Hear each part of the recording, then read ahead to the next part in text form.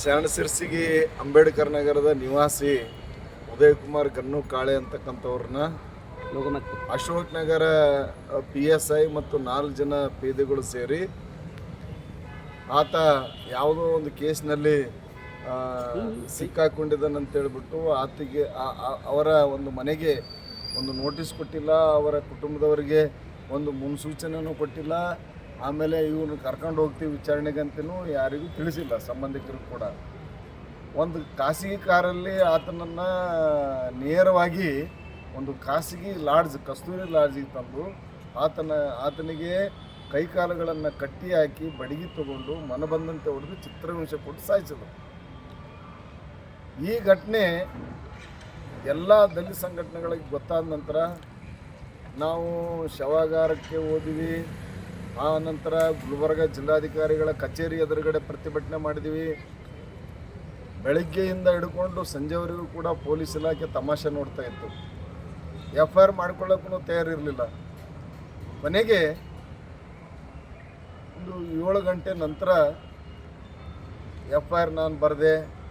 ಆಮೇಲೆ ದೂರದಾರದಂಥ ಮೃತಪಟ್ಟಂಥ ಏನು ಉದಯ್ ಕುಮಾರ್ ಕಾಳೆ ಇದ್ದಾರೆ, ಅವರ ಧರ್ಮಪತ್ನಿಯಾದಂಥ ಇಮ್ಲಾಬಾಯಿ ಅವರ ಹೇಳಿಕೆಯೊಂದಿಗೆ ACP ಆಫೀಸ್ನಲ್ಲಿ ನಾನು ದೂರು ಬರೆದೆ. ಆ ದೂರು ಬರೆದ ನಂತರ ನಮ್ಮ ಒಂದು ಆಗ್ರಹ ಏನಿತ್ತು, ಮತ್ತೆ ಹೋರಾಟ ಮಾಡಿ ಈ ಇಡೀ ಪ್ರಕರಣವನ್ನು CID ತನಿಖೆಗೆ ಒಪ್ಪಿಸಬೇಕು, ಆರೋಪಿಗಳನ್ನು ಕೂಡಲೇ ಬಂಧಿಸಬೇಕು, ಕುಟುಂಬಸ್ಥರಿಗೆ ಸೂಕ್ತ ಪರಿಹಾರ ಮತ್ತು ಸರ್ಕಾರಿ ಉದ್ಯೋಗ ಕೊಡಬೇಕು ಅಂತಕ್ಕಂಥದ್ದು ನಮ್ಮ ಆಗ್ರಹ ಆಗಿತ್ತು. ಅದೇ ದಿನವೇ ಜಿಲ್ಲಾಧಿಕಾರಿಗಳು ಸ್ಪಂದನೆ ಮಾಡಿ ಅವರು ಇಮಿಡಿಯೇಟಾಗಿ CIDಗೆ ರೆಫರ್ ಮಾಡಿದರು. ಮರುದಿನ CID ಅಧಿಕಾರಿಗಳು ಬಂದರು. CID ಅಧಿಕಾರಿಗಳು ಜಡ್ಜ್ ಅವರ ಒಂದು ನ್ಯಾಯಾಧೀಶರ ಸಮ್ಮುಖದಲ್ಲಿ ಶವ ಪರೀಕ್ಷೆ ಪೋಸ್ಟ್ ಮಾರ್ಟಮ್ ಆಯಿತು. ಅದಾದ ನಂತರ ಸಂಜೆ ಈ ಮೃತ ಉದಯ್ ಕುಮಾರ್ ಕಾಳೆಯವರ ಶವ ಸಂಸ್ಕಾರ ಹಿರಾಪುರ್ನಲ್ಲಿ ನಡೀತು. ಹೀಗಾಗಿ ಈ ಒಂದು CID ತನಿಖೆ ಪ್ರಥಮದಲ್ಲಿ ಶಂಕರಗೌಡ ಪಾಟೀಲ್ ಅವರು ಮಾಡ್ತಾಯಿದ್ರು.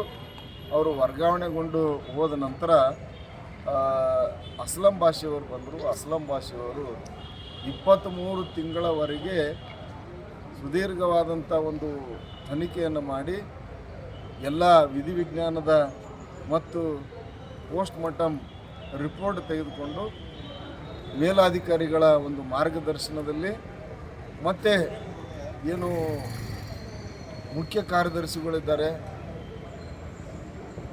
ಹೋಮ್ ಡಿಪಾರ್ಟ್ಮೆಂಟು, ಅವರ ಒಂದು ಪ್ರಾಸಿಕ್ಯೂಷನ್ಗೆ ಬರೆದಂಥ ಎಲ್ಲ ತೆಗೆದುಕೊಂಡು ಅಂತಿಮ ವರದಿಯನ್ನು ಸಲ್ಲಿಸಿದ್ದಾರೆ. ಆ ಅಂತಿಮ ವರದಿ 1269 ಪುಟಗಳಿದೆ. ಅದರಲ್ಲಿ 115 ಜನರು ಸಾಕ್ಷಿ ಇದೆ. ಇವತ್ತು ಜಿಲ್ಲಾಧಿಕಾರಿಗಳು, ನ್ಯಾಯಾಧೀಶರು, ಆಮೇಲೆ ಪೊಲೀಸ್ ಆಯುಕ್ತರು, ಪೊಲೀಸರು, ವೈದ್ಯಾಧಿಕಾರಿಗಳು, ವಿಧಿವಿಜ್ಞಾನ ತಜ್ಞರು ಎಲ್ಲರೂ ಕೂಡ ಅದರಲ್ಲಿ ಸಾಕ್ಷಿಯಾಗಿದ್ದಾರೆ. ಜಪ್ತಿ CCTV ಫುಟೇಜು, ಆಮೇಲೆ ಕೆಲವೊಂದು ವಸ್ತುಗಳು, ಮೃತನ ಕೆಲವೊಂದು ವಸ್ತುಗಳು ಈ ರೀತಿಯಾಗಿ ಜಪ್ತಿಯನ್ನು ಮಾಡಿ ಪಂಚರ ಒಂದು ಇದರಲ್ಲಿ ಏನಂತಂದರೆ ಎಲ್ಲನೂ ಕೂಡ ಅಂತಿಮ ವರದಿಯನ್ನು ನ್ಯಾಯಾಲಯಕ್ಕೆ ಸಲ್ಲಿಸಿದ್ದಾರೆ. ಮೊನ್ನೆ 30ನೇ ತಾರೀಕಿಗೆ ನ್ಯಾಯಾಲಯದಲ್ಲಿ ಪ್ರಕರಣ ಬಂತು. ಹೀಗಾಗಿ ನಮ್ಮ ಒಂದು ಬೇಡಿಕೆ ಏನಂತಂದರೆ ಆರೋಪಿಗಳು ಇದುವರೆಗೂ ಕೂಡ ಕೋರ್ಟ್ನಿಂದ ಯಾವುದೇ ಜಾಮೀನು ಪಡೆದಿಲ್ಲ. ಅದಕ್ಕಾಗಿ ಅವರಿಗೆ ಅತಿ ಶೀಘ್ರದಲ್ಲಿ ಅವರಿಗೆ ಬಂಧಿಸಬೇಕು ಅಂತಕ್ಕಂಥದ್ದು ನಮ್ಮ ಒತ್ತಾಯ. ಜೊತೆಗೆ ಏನು ನಮಗೆ ಫೇಕ್ ಸಸ್ಪೆನ್ಷನ್ ಆರ್ಡರ್ ತೋರಿಸಿದರು PSI ಶಿವಪ್ಪ ಅವ್ರದ್ದು, ಅವ್ರಿಗೆ ಇದುವರೆಗೂ ಯಾವುದೇ ರೀತಿಯಿಂದ ಸಸ್ಪೆಂಡ್ ಮಾಡಿಲ್ಲ. ಅದಕ್ಕಾಗಿ ಕೂಡಲೇ ಅವರಿಗೆ ಸಸ್ಪೆಂಡ್ ಮಾಡಬೇಕು ಅಂತಕ್ಕಂಥದ್ದು ನಮ್ಮ ಒಂದು ಒತ್ತಾಯ ಇದೆ.